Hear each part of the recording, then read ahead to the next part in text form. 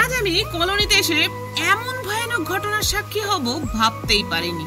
দেখো, আপাতত আমার কলোনি এখন বন্ধ। সকাল সকাল এসেছি কলোনি ওপেন করে বার্ডসদের খাবার দিতে। সেই মতো কবুতরদের দানা পানি দিয়ে আমি প্যারট আর কোয়েল বার্ডসদের খাবার দিতে ভেতরে ঢুকলাম। এখানে ডিলসের বেবিরা খাবার জন্য কান্না করছে, আর এদিকে বেগমের ডিম সাথে কোয়েলের ডিমও আছে। ওরা সবাই বাইরে খাবার খেতে গেছে। ভাত কটা নিয়ে কোয়েলদের দিয়ে দিলাম খাবার জন্য।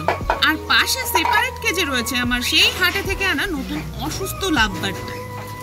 আমার সারা পেয়েও বেরোলো না দেখে যেই না আমি হাঁড়িতে টুকি দিয়েছি, দেখে তো আমার মাথাই নষ্ট। এই কি অবস্থা, কে করলো? এ ঠিক ওই শয়তানটার কাজ, বুঝে গেছি আমি। আমাকে এরপর কি করতে হবে আমি সম্পূর্ণ বুঝে গেছি। ওই শয়তানটার মৃত্যু কে কে নিজের চোখে দেখতে চাও বলো?